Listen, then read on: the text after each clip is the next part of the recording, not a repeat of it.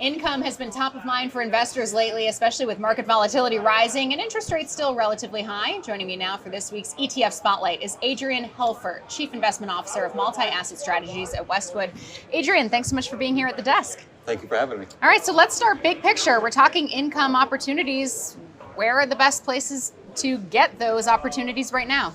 Abundant, some more attractive than others. When we look at income opportunities, we think about bonds, things like corporate bonds, where the default compensation you get, spread income, is near historic lows. Still, even with the volatility we see now. So you start looking in other areas. Of course, we get dividend yield from equities, and that return of capital is reasonably attractive, but the growth has certainly been in areas where it's technological innovation. These are companies that are pumping capital back into their companies in order to generate new revenue opportunities, not delivering it directly as income to shareholders. So when we look across that spectrum, how do you receive income? Well, one way is also covered calls. Covered calls, recall, are where I go out and sell a call on a company. I get premium income for that. I'm involved in the growth of the company, and thus I package up something that might be a growth company with income from premium income, and I participated in its upside. That to me is one of the more attractive areas of the market right now. Because for quite some time, although I guess some tech companies, for example, do pay a small dividend, it's either you get the income or you get the growth. So this is a way to essentially get both. Very much so. And of course, you know, the narrative of the market over the last several years has been the extraordinary growth of these tech companies, in part because of AI, in part because of the picks and shovels of just building out infrastructure for that. So let's take Broadcom, for example. Broadcom pays a 80 basis point dividend yield. Kind of a smidgen, not even as much as the S&P 500 on average. So an income-based investor would not normally look at a stock like that. But if you're able to package that up, sell a 15% out of the money call on Broadcom, you can generate a 13% dividend yield, or I should say an income yield, while holding something with a growth opportunity that participates in the growth of the market. So you did package that up with your ETF, the Enhanced Income Opportunity ETF, ticker symbol YLDW. So you talked about how the strategy works a bit, but tell us a bit more about the fund specifically.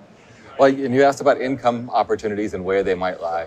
One of the great things as an income investor is being able to participate in other areas of the market when they become more attractive.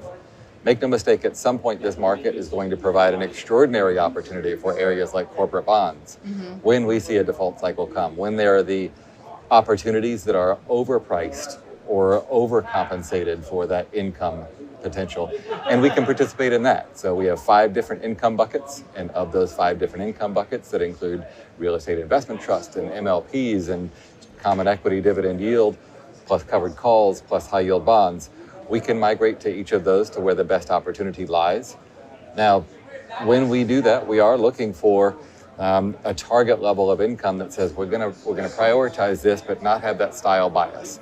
And there's 2 things about income investors that are really important. Number one, your standard income is short volatility. You want volatility to drop, and that's a benefit to you. So which is not happening right now. Which is well, not I guess happening it is right from now. the 30 level, but it's still elevated.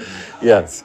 And as we see that, then of course, when you use covered calls as an offset in that 5 pieces of the stool, that provides you with an opportunity then to say, okay, well, actually, I want volatility to rise. When volatility rises, I can reset a covered call. I can sell that call at a premium that's higher than when volatility is lower. So it reduces the factor exposure in my fund. It increases my risk-adjusted return. So for any of those looking at that opportunity, that's very important. But obviously, we know in the options market, there's always risk associated with it as well. So how do investors know when to lean into risk and when to kind of step back from it? Great question. And when you're looking at covered calls, oftentimes you see something that is based on the index. And when you're based on the index, you're leaning on just the very top level macro risk on or risk off. And so you're relying on the signals that we get in the economy, the things that are happening over the course of previous times when we have a geopolitical risk rising or we have a narrative from artificial intelligence eroding moats. That's your standard up and down. When you're able to take advantage of an active solution that says, this is the best company. I talked about Broadcom. They have an extraordinary opportunity of participating in growth.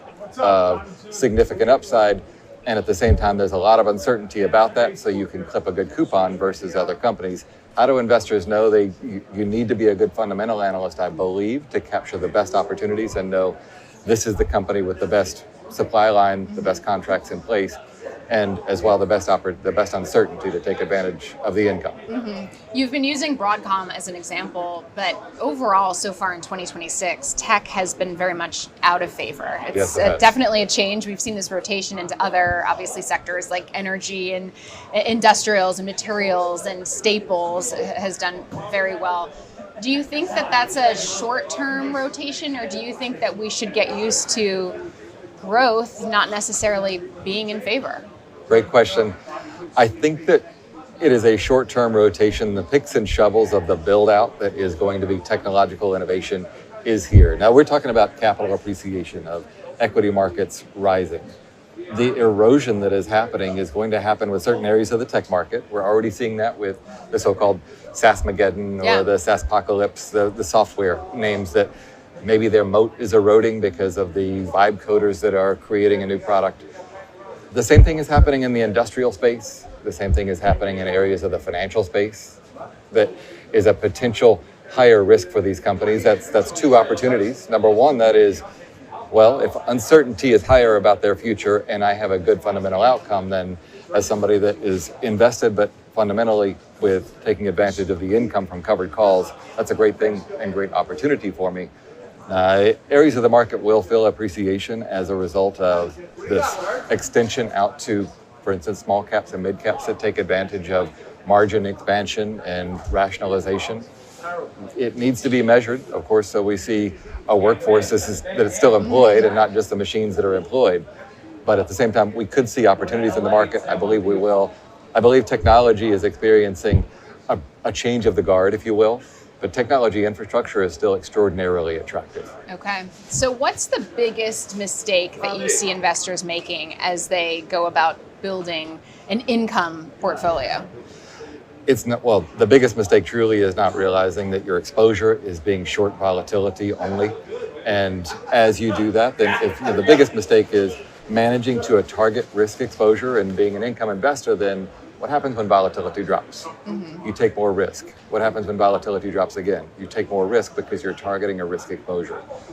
That's the biggest mistake, is you need to have a fundamental value for what you're invested in, whether that's a corporate bond and what the default compensation you receive for that spread is. And so the probability that this company goes belly up, that's an in the weeds kind of analysis that good investors do, as opposed to simply targeting risk and targeting income.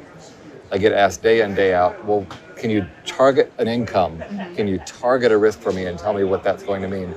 I can tell you an estimated and indicated, but the market changes. And if I simply target an income, that's where the world ends in tears, and you end up in that possibility of, well, increasingly getting riskier and riskier as volatility drops until it doesn't. And it kind of goes against the notion that income opportunities are the safer place. It does. And this is why, when we say income opportunities, myself, I very much believe in tactical asset allocation.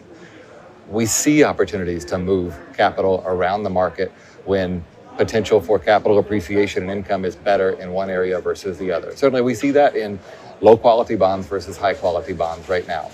High quality bonds are trading at levels that are, for the past 25 years, about the second percentile, meaning they're very rich.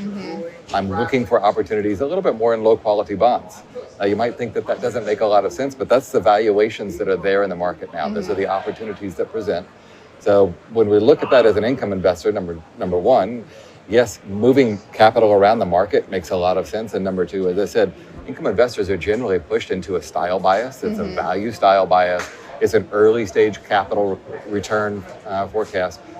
We've come into this new paradigm. We talked about tech, where capital return to investors is not as high, or the growth potential, the capital appreciation potential of the market is significant that you don't want to miss out on while you want that income potential. That's where we find other ways to take advantage of it. Okay. The ETF is Enhanced Income Opportunity ETF YLDW. Thank you so much for joining us. Really appreciate it. Thank you for having me. All right. That's Adrian Helfert, Chief Investment Officer of Multi-Asset Strategies at Westwood.